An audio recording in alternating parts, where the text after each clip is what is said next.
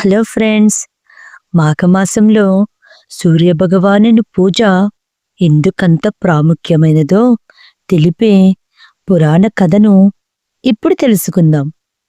పూర్వకాలంలో దేవలోకం ఎంతో వైభవంగా ఉండేది. దేవతలందరూ తమ తమ విధులను నిష్ఠతో నిర్వర్తించేవారు. ఆ సమయంలో దేవతల రాజైన ఇంద్రుడు తన శక్తి, సంపద, అధికార గర్వంతో నిండిపోయాడు.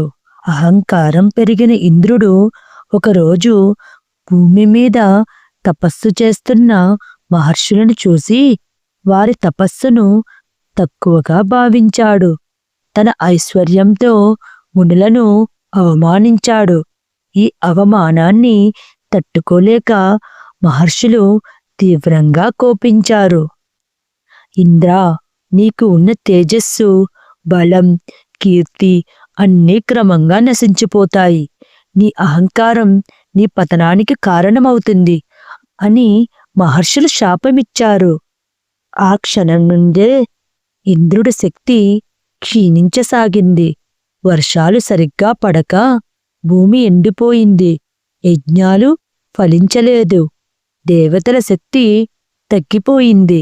అసురులు బలపడుతూ దేవలోకంపై దాడులు ప్రారంభించారు. దేవతలు భయభ్రాంతులయ్యారు. బ్రహ్మదేవుని శరణు కోరారు. బ్రహ్మదేవుడు జ్ఞానించి అన్నారు, ఈ లోకాని శక్తికి మూలం సూర్యుడు. ఆయన అనుగ్రహం లేకుండా దేవతలకైనా మానవులకైనా శక్తి లభించదు. మీరు అందరూ కలిసి సూర్యభగవానుని శరణు వేడండి.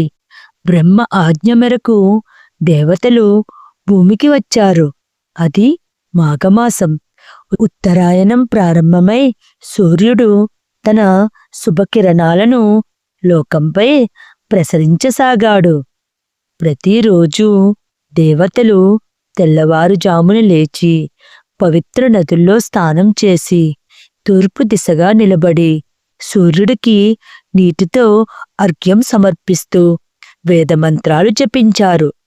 దీర్ఘకాల తపస్సుకు సంతోషించిన సూర్యభగవానుడు తన తేజస్సుతో ప్రత్యక్షమయ్యారు.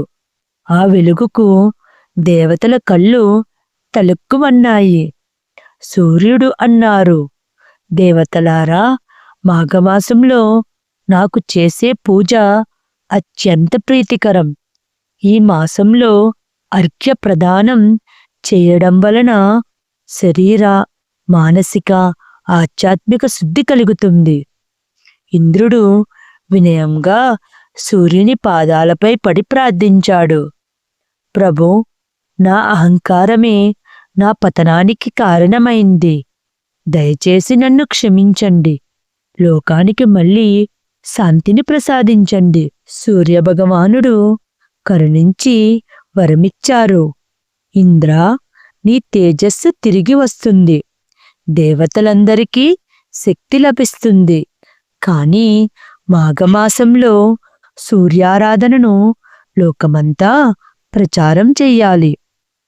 ఆ క్షణమే వర్షాలు కురిశాయి. పంటలు పండాయి. దేవతలకు శక్తి తిరిగొచ్చింది. అసురులు ఓడిపోయారు. సూర్యుడు చివరగా ఇలా ఉపదేశించారు, మానవులారా, మాఘమాసంలో సూర్యారాధన చేస్తే పాపాలు నశిస్తాయి, ఆరోగ్యం మెరుగవుతుంది, ఆయుష్ వృద్ధి చెందుతుంది. అప్పటి నుంచి మాఘమాసంలో సూర్యభగవానుని పూజ అత్యంత పుణ్యప్రదమైనదిగా భావించబడింది. అందుకే మాఘే సూర్యార్చనం శ్రేష్టం అని పురాణ వాక్యం. ఈ కథ మీకు నచ్చినట్లయితే లైక్ చేయండి ఫ్రెండ్స్. ఇటువంటి మరికొన్ని కథల కోసం నా ఛానల్ని సబ్స్క్రైబ్ చేసుకోండి.